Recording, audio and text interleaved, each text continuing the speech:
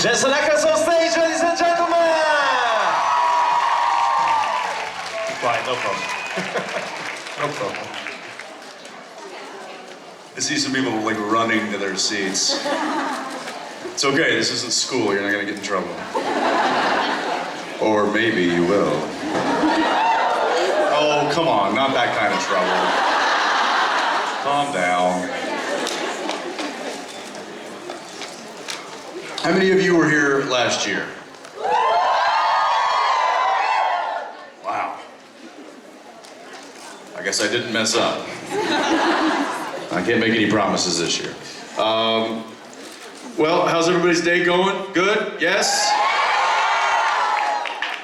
I apologize if in some of your photos that you took with me, I have like tomatoes as eyes.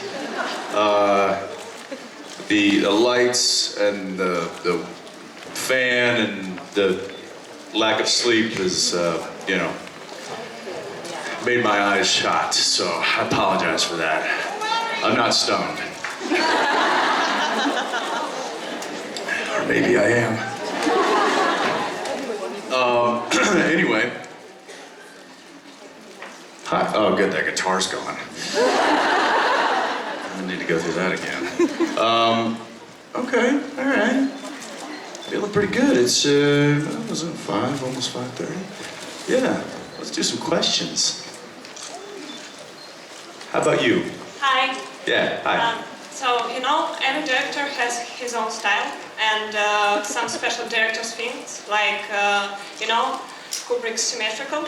So I want to ask you, have you got any your personal director things, or maybe you just think about it? I don't think I have it.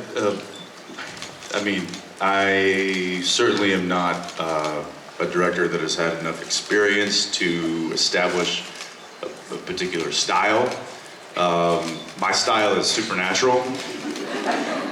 I direct in the style that the show is shot in, so that has been established by other directors in the past. That being said, I will say that there are some, there are certain little helpful suggestions that have helped me along the way. I don't want to say rules or guidelines, but because I don't think that rules really exist when you're dealing with art. And so, you know, something that comes to mind is if the subject is stationary, then move the camera. If the subjects are moving, then it's okay to leave the camera still. Little things like that. And those are little pearls of wisdom that have been given to me by people like Bob and people like Kim Manners and people like Phil Segricha and people like John Showalter and people like Charles Beeson and the list goes on and on and on. And I've tried to remember those and write those down and implement those into what I do. So really my style is the style that I've learned with, and that is the guys that do Supernatural, and I'm pretty proud of that. So, thank you. Thank you. You're an amazing director, by the way. Thank you. Make sure you tell Bob that when he comes up here later. Just make sure you tell him. Hi. Hi, Jensen. So, earlier at another con, you and Jared said that maybe one of the most challenging part about playing Sam and Dean when the other one is not normal Sam or normal Dean. So I would like to ask you, was it different for you to play evil characters together, Leviathan Sam and Leviathan Dean? Evil characters together, have we done that? Yes, Leviathan. Wait, what? The Leviathans when they formed Sam and Dean. Oh, yes. Well, that was kind of a, I mean, that was kind of fun. That was almost like, you know, sometimes you dream you're the bad guy, or, you know, you dream you're a superhero or something. So that wasn't an actual character arc. That was us playing you know, almost like when I played Shapeshifter in season 1. So that's, it's not really Sam or Dean affected by something. That was actually somebody else posing as Sam and Dean. So that was a little easier, in my opinion. When we are actually those characters, when we are Sam and Dean, when I play Dean and Dean is affected by the mark of Cain, or Dean is the demon, as opposed to a demon pretending to be Dean. Do you understand the difference? It's more difficult to play the character that is affected as opposed to playing another character that's pretending to be Dean. So in that regard, it makes it more difficult to challenge the relationship that is so solidified in this series, that is the two brothers.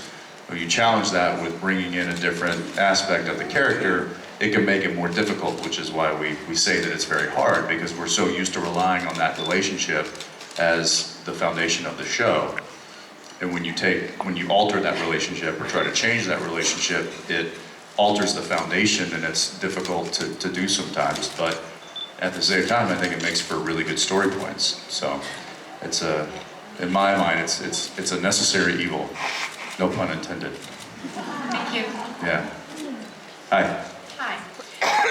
When you mentioned JJ today, earlier, it reminds me of Dean in his connection with kids in the show. So, do you think if Dean has parenting feelings for Claire, and if he has ever thought about having kids at all? I think Dean's. Well, I'll answer the first question. Yes, I think there is a paternal instinct with Dean, and that I think stems from his brother. I think that he had to be not only a big brother to Sam, but he had to be a father figure sometimes to Sammy. And so I think that there is that paternal instinct that resides in him.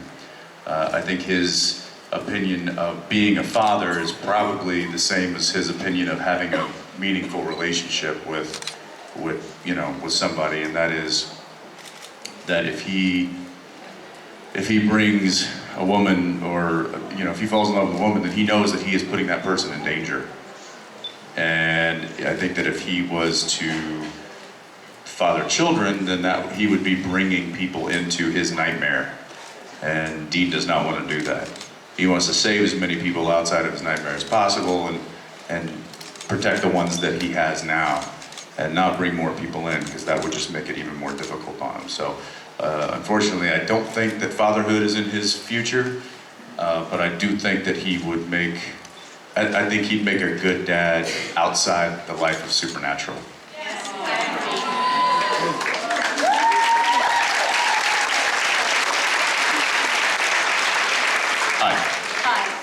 So this is not probably a question, it's more something that I wanted to let you know. As you probably heard already, lots of the people in the fandom once suffered from depression or anxiety or panic attacks. I'm one among them. And I want to thank you, because if I'm here today and not just in Rome, like on Earth, it's because of you and the cast and the way you had to interact with us and make us feel like we're important. And I don't know what I want to say, I just want to thank you, because it's really fundamental for me and for other people that you still get in touch with us and you still give us reasons to keep fighting every day. I wanted to commit suicide, then I met Supernatural, and now I'm happy about life and about everything that comes with it. And I stop because I'm about to cry. But Well, listen, let me say two things to you. Three things, actually. One, thank you for sharing that, because I know that's not easy. Two, I'm very happy that you're here. And three,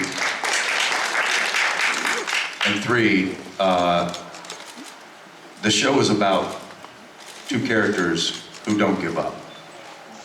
And if you relate to those characters in any way, shape, or form, you're on the right road. thank you.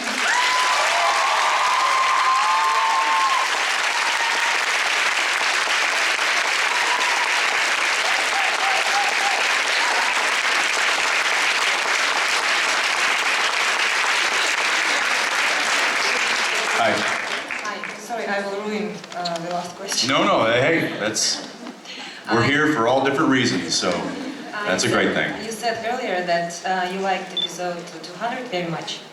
And in this episode, Sam was interested in what Dean liked better, this tale or Cass Dean? How do you prefer to call it? Wait. I think I misunderstood part of that question. So in the 200th episode... Yeah. When Sam and Dean came out of the school, Yeah. Sam was asking Dean, this tale or Cass Dean? So how do you prefer to call it?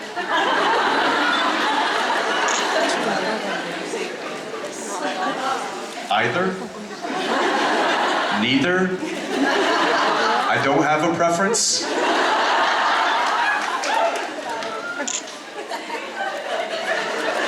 Nada? Yeah?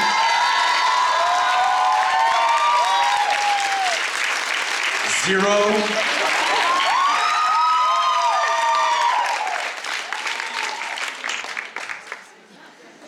Thank you. Yeah. Not touching that one. Hi, Jess. Hey Jensen, amazing time with the guitar up there, last few panels, so... I apologize. No. So I was wondering, if you could get into any other major career choice, what would you do and why?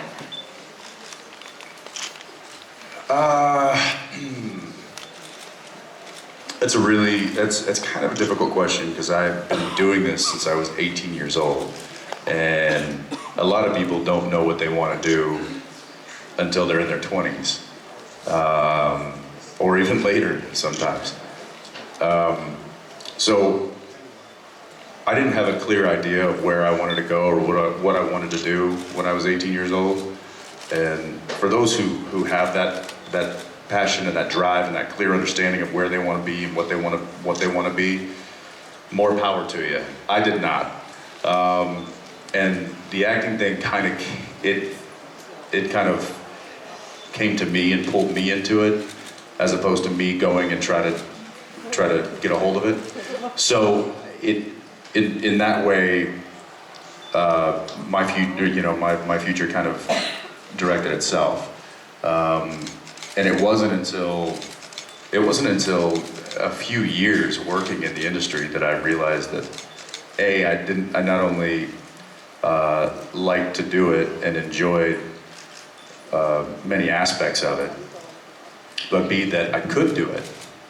I mean, it was years before I even thought that I had the confidence enough to do this kind of stuff. And as I was working, as I was getting jobs, and as I was on television, and as fans were coming up and going, "Hey, I love watching your show," I'm still going, I don't know what the hell I'm doing.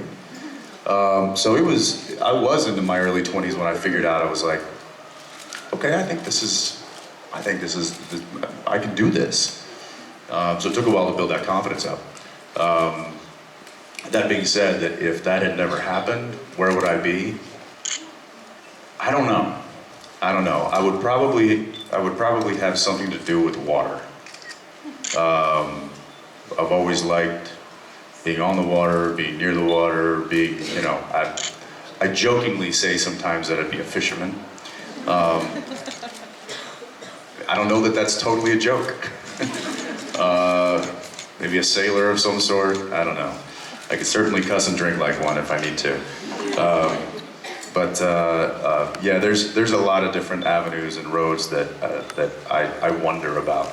I would hope that I would have found something that I was good at and that I enjoyed and that I was passionate about, and whatever industry that may lie in, I think that would have been the most important thing to me, is to at least enjoy my job, whatever it may be. And thank God that I do, and I'm continuing to, so. Thanks very much. Thank you. Bye. Sam and Dean's relationship has been put to the test more than once, and they always manage to come back from it. And I wanted to ask, is there anything you think that they won't be able to come back from, or would come between them? And if so, what do you imagine it will take?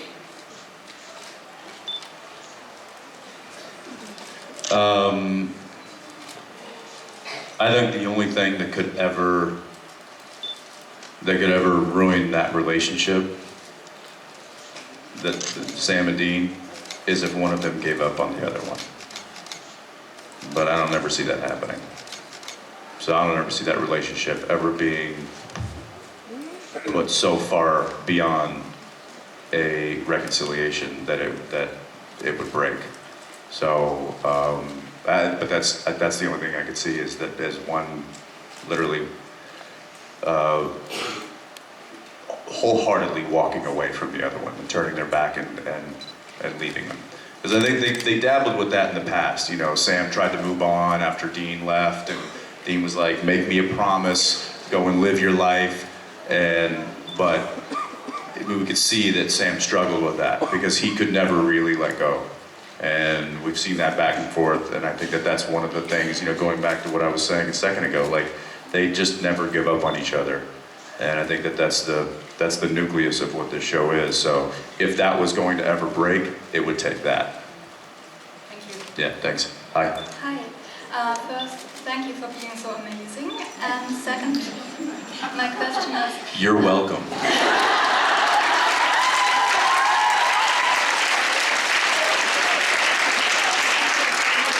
Yeah, that's what I was looking for. So my question is, we all grew up with various fairy tales and children's books, and there was always a lesson to be learned. And if you had to write a children's book, what would it be about, and what would the message be?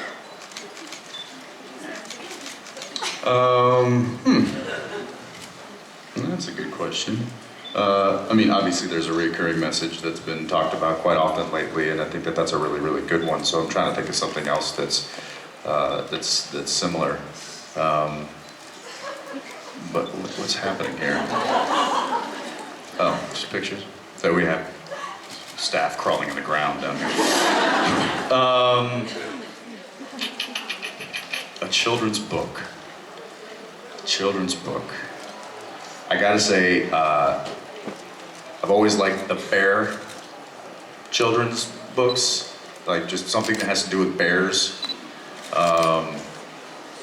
You know, there was the Goldilocks, right? And then you had the Berenstain Bears, and then you had Winnie the Pooh, and I don't know, I was always a bear fan. And then I was always turtle fans too. I don't know, for some reason, I'm like, oh, these slow, intelligent, they're these slow, intelligent beings that live forever. I love them. So it would probably have something to do with one of those two animals. The moral of the story would be,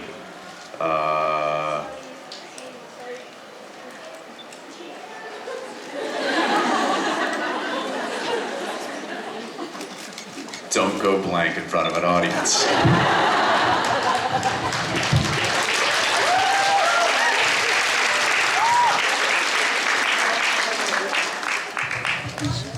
I'm honestly, I have no idea. What? Oh, yes. Jensen, I have a question for you.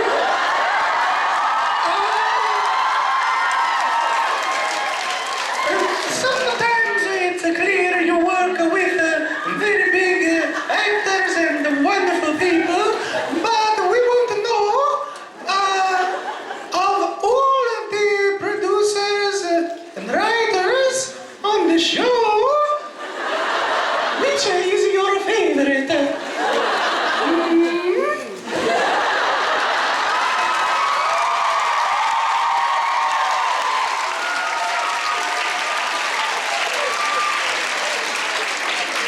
Ladies and gentlemen, I'm not going to answer that. there is a correct answer. The answer is Bob Singer and Eugenie. Because that's the obvious answer. That's the obvious answer. And also the correct answer. Guys, can you just give a warm? I'm gonna invite some people up on stage with me to just. They're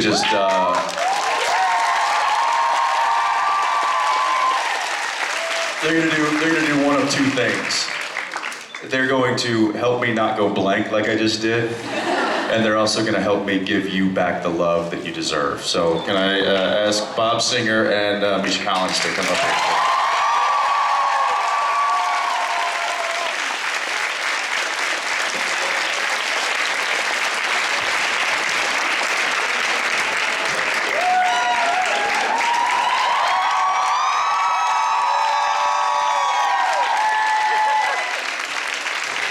This is a momentous occasion. This is a momentous occasion. This is Bob's first. Bob's first time to be scheduled to come on and share the deepest, darkest secrets of Supernatural. Because if there's one man that knows them better than any at all, it's this one right here. Maybe.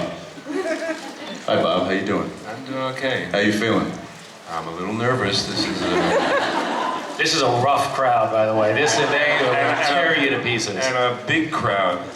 Wow. And a beautiful crowd. Yeah. All right, calm down. And I'm sensing they're not really here, they're not all here for me. There might be one or two here for Misha. How many are here for me? How many are here for Bob?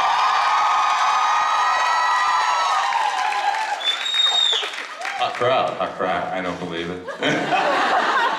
Anyway, I thought, and the reason I wanted to come, and I know you come to see these guys, and they're special, is that maybe I could give you just a different perspective from what the actors do. If you have any questions about the writer's room or what it's like to direct these guys, or just everyone's we probably don't want to get into that.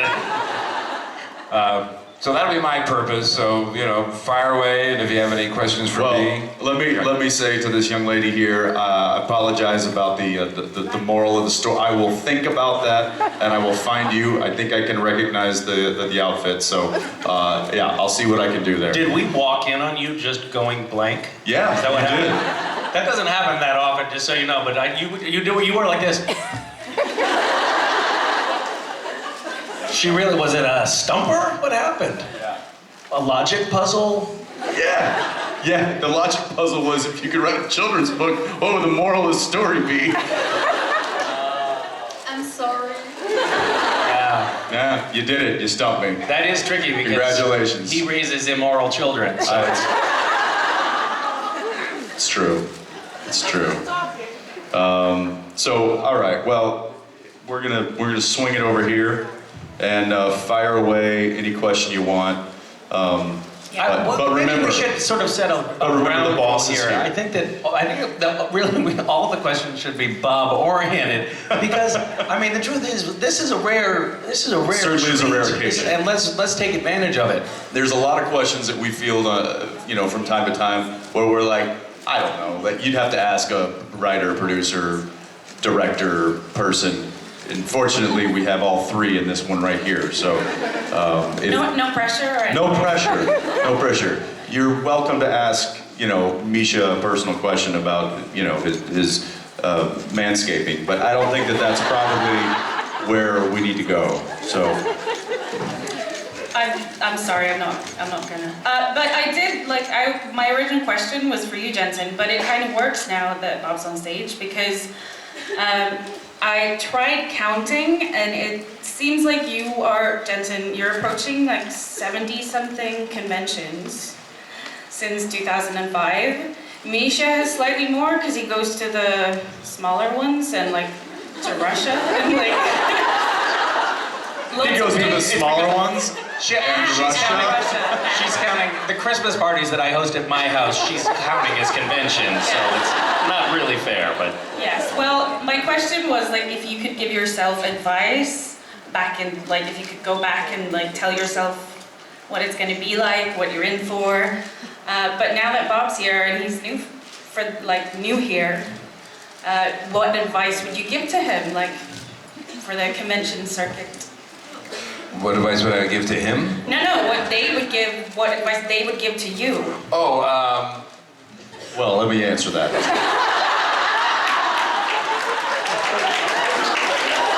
Bob, I got this. I would say that from starting then and knowing what I do now, my advice, and it would be very simple, is to allow the love in. I don't think I did that very well in the beginning because I was uncertain how to process it. Because you guys give a lot of love. You do, and it's phenomenal, and it's inspiring, and it's humbling, and it motivates us to do what we do today. And I wish that I had allowed that fuel to be a part of my life earlier in my life. But now know that it is a great deal of what fuels me. So that's what I would say.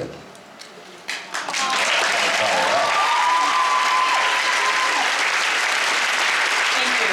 I have questions for Bob as well, but I'm going to go back in line. Oh, that's very sweet. Okay, all right.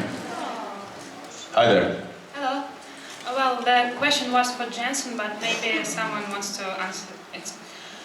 Dean was portrayed in different forms. I mean, a demon and future Dean. But if Dean was an angel, what would he do in a supernatural world? I can't imagine any scenario in which he would be an angel. We've known each other now for the better part of 10 years. I have never seen an angelic moment.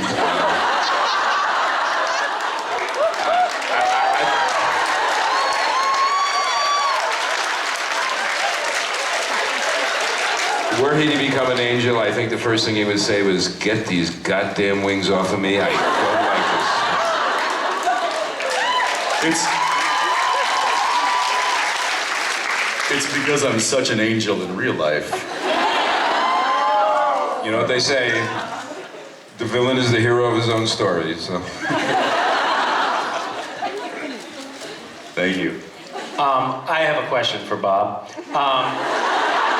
Bob, how did you come to be involved in the production of Supernatural in the first place? Like, how did you come to? Oh, I'm sorry. They're here to arrest me. Finally, guys, over here. What was that process? Is anyone interested in that story at all? Yes! Eric Kripke wrote and produced the pilot of Supernatural. Eric is, well, he's not so young anymore, but was very young when the show started. It was a wonderful pilot. The show got picked up. They felt that Eric needed a sort of older, more experienced guiding hand to help him mount the series. I think if you would have asked Eric at the beginning before we got together, he probably would have said, "I don't need any old fart telling me what to do," but be that as it may, I looked at the pilot. Eric and I got together. I liked the pilot very much, and after a number of meetings with Eric, we decided to give it a go and to try to be partners in producing the thing. And I've said this before, for the 5 years that Eric was on the show, I think it was probably a rewarding experience, a creative experience as I've had in a pretty long career. So I feel really fortunate that Eric made the pilot and that Eric invited me to come on this journey with him, even though he left the boat about 5 years ago.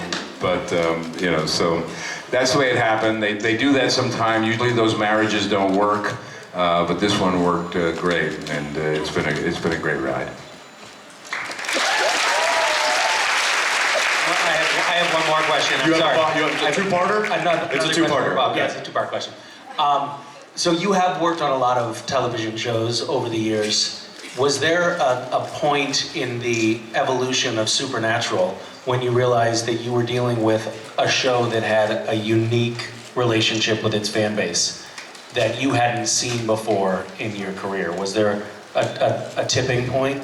Was there I don't know if there was a tipping point, but really early on, you got the sense from the letters we would get and the gifts that would be either sent to the office in Los Angeles or sent to Vancouver, the production offices.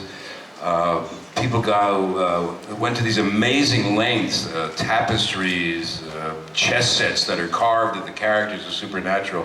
So, you know, I got a sense that we were really doing something that was much different than I had ever encountered.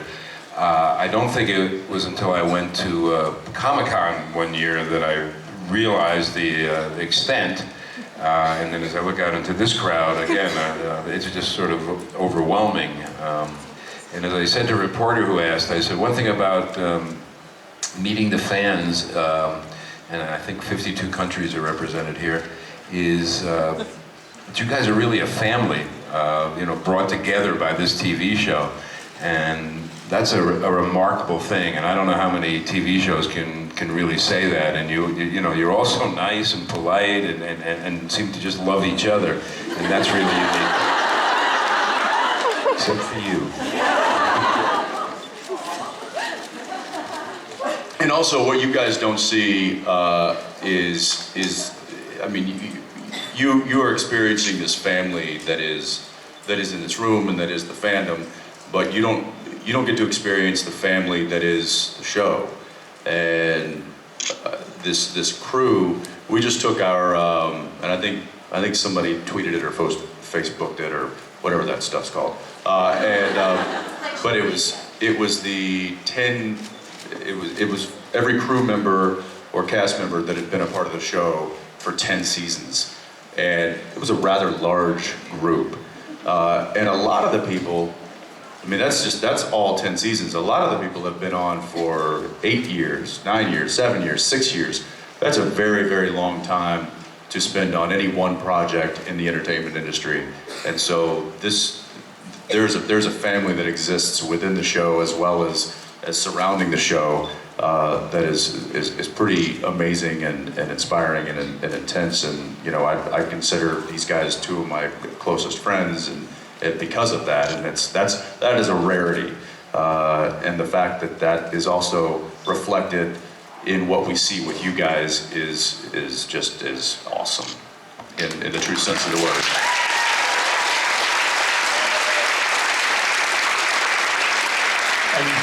One more addendum. It is a family, and when we've told Bob this, but when Bob comes up to direct an episode, which happens a few times every year, the whole crew is just so excited because it's like dad is coming home, and it's a dad that they love. It really is, and it's palpable on set. Everybody's happy to have you there. Thank you. At this stage, I think it's more grandpa, but anyway, thank you. All right. Question here. Hello, my original question was for Jensen. It's okay. Original questions out the window. Just ask the question. Either I'll answer it, he'll answer it, or we'll just move on. I'm just kidding. Right, what do you think John would feel about his son receiving the mark of Cain? And do you think he would have hunted him? Good question. I don't think John would have hunted him. I think John's first loyalty always after Mom died was to the boys. I think he would have done everything in his power in the same way that Sam is trying to help get rid of the mark and save his son. So I don't think he would have hunted him at all, no. Yeah, I mean, we kind of saw that early on when John was very willing to sacrifice himself for his sons. And I think that he would have gone and done anything to save he would have sacrificed himself in whatever way, shape, or form to protect his children. And I think that's, we talked earlier about, what kind of father was John really, and I think that, this taps into that a little bit in the fact that he would have sacrificed himself completely and wholeheartedly to save his sons. And so, yes, it wasn't the perfect father-son, relationship. It wasn't the perfect childhood for these two guys, but there was a father that protected them and that loved them and that taught them how to survive. And I think that's, that was some of his greatest assets as a father. So, thank you. Thank you. Hi. Hi. So throughout the season, we got to see many different sides of Dean. We see him going from bad because of mark of Cain affecting him, and then he just regular nice Dean. So what is the process that goes into changing from regular Dean to Demon Dean, and is that change hard from the acting and directing perspective? I'll answer a little bit of that. I would say yes, anytime you alter the character, you know, considerably, you're taking on a challenge, especially when that character is still within this new alteration. And so the fact that Demon Dean was not a demon that was possessing Dean, the fact that it was actually Dean and his soul had been twisted, so there needed to be a flavor of real Dean plus what also this kind of this demon version of it, and that was tricky from an acting standpoint. And yeah, I would say it's difficult, but it's the challenge that, I mean, that's what we do. That's why they hired us in the beginning, is because that's the trade that we are craftsmen in, and I think that's you know, that's the challenge that we like to take on. So from a directing standpoint, you know what strikes me just now? I was just reflecting on last year. I believe it was last year during a panel together. You and I think we were dry humping the chairs and doing a disco dance-off, if I'm not mistaken. I don't know what he's talking about. I'm noticing that the tenor changes a little bit around Bob. We're answering the question seriously. And talking about the craft, which it's a refreshing reprieve from our normal antics. I like it. He's not lying. Well, I appreciate that, guys. From a producing, directing point of view, I'm just doing a signal here. From a producing, directing point of view, this is what we feel. And we did this with Misha. I can't remember what year, but we did an episode that went into the future, and Misha basically became Timothy Leary. I don't know if you guys remember who that was, but we don't feel that we can stretch these guys enough. There's nothing that we can write in a character. By the way, Eugenie, stand up, please. This is Eugenie Ross-Lemming, one of our co-executive producers. And one of our brilliant writers. Right here.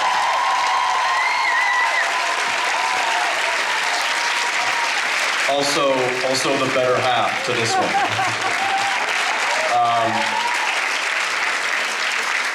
So we have such confidence in these guys, and you know, and that had to grow over time, but we knew really early on that there was very little acting challenges that we couldn't give them, that they couldn't step up to the plate. You know, and I think that both Misha and Jensen and Jared, the two guys not here, but they actually like those challenges. I think if you're on a show for 10 years and you're just doing the same stuff over and over again, I think actors are going to start phoning it in. So the more we can challenge them, the more engaged they stay. So it's kind of a mutual give and take. As far as the directing goes, directing both of these guys is just a pleasure. They come ready to play. They have an idea what they want to do in the scene, and if I have a suggestion, they're generally open to that, and we'll try. You know, we have a lot of fun playing around with these scenes. So yeah, they're a joy to work with, and I don't think the writers for a moment say, well, that might push them too much. There is no limit with either one of them. Thank you.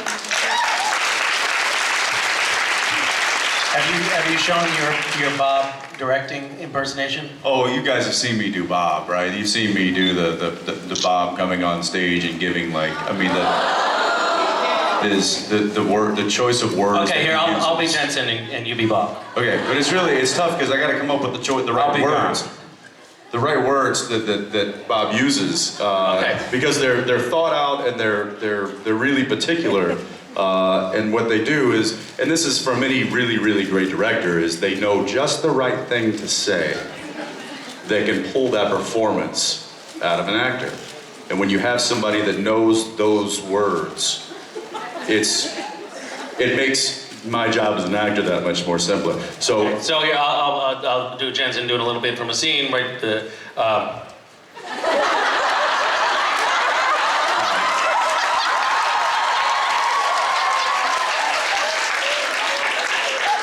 Sammy, I love you like a brother.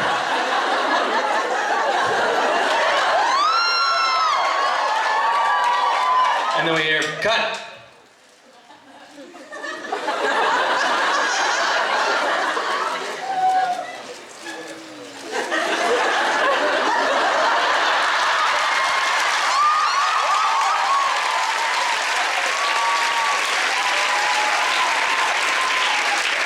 So then I do the scene, right? Sammy, I love you like a brother.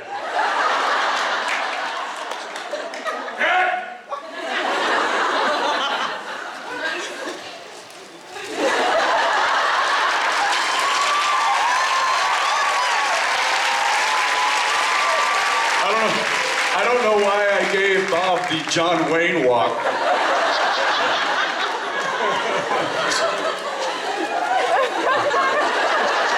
He doesn't walk like that. Another one of my most favorite Bobisms is he'll come on set after we got a shot. He'll come on stage and onto the set. And he's got a binder. Most directors have binders that they have all of their notes. And Misha he can relate to this because he's directed as well.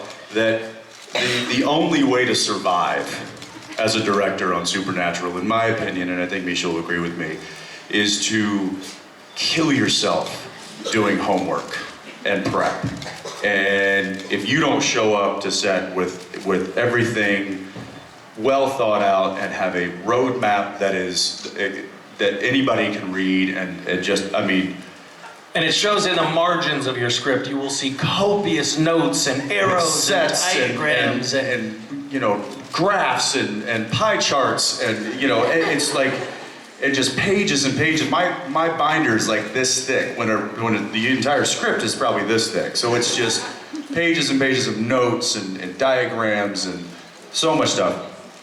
And exhaust ourselves doing that.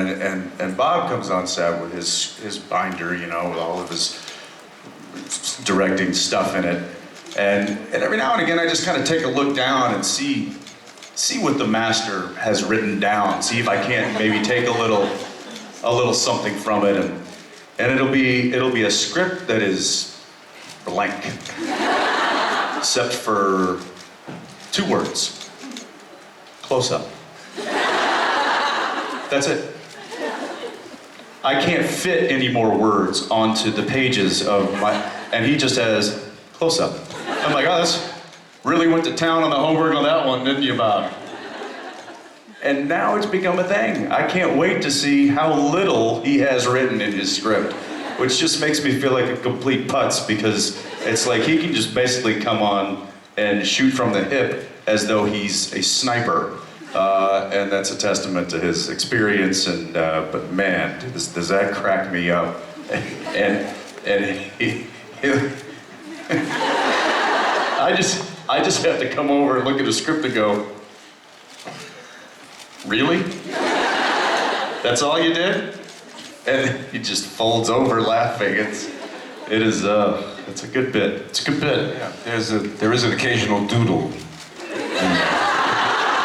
That's another thing. There might be something else on the page, and it's a doodle that he's done while in a production meeting. He's not listening. He's just drawing circles. Wouldn't it be nice if it was that easy? Yeah. 33 of these I've done. 33 episodes of Supernatural. This man has captained the ship.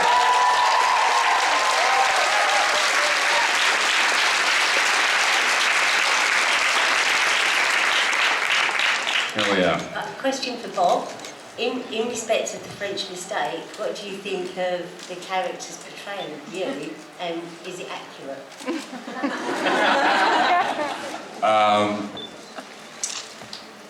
That was an interesting, you're getting somebody to play you.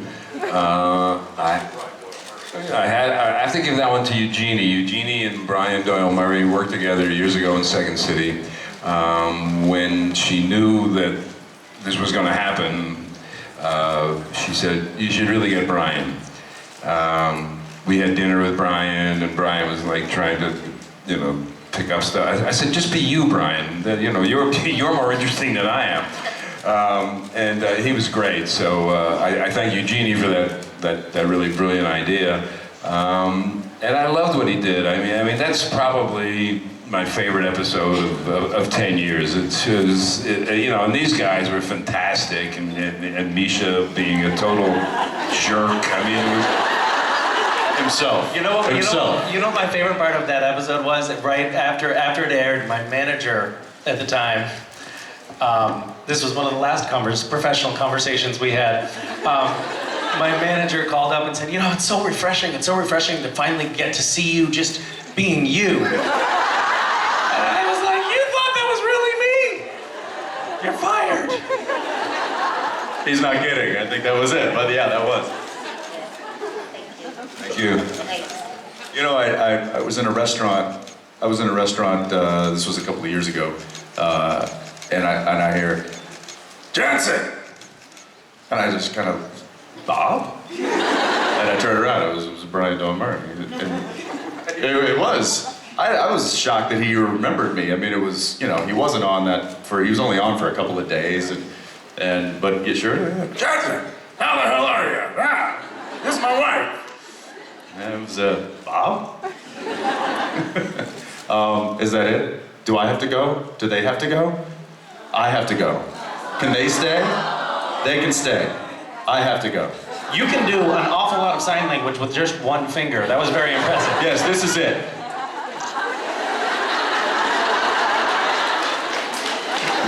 She looks like me directing. Yeah, that's it. That was Bob directing me.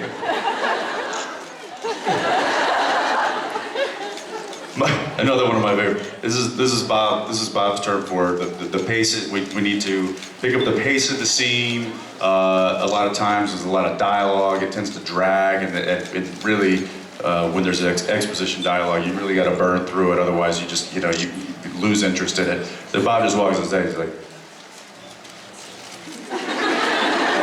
that's it. Time to move. Time to go faster. Guys, I'm going to leave you in very capable hands. Misha. Bob Singer. Love you guys. I'll see you guys later. Bye.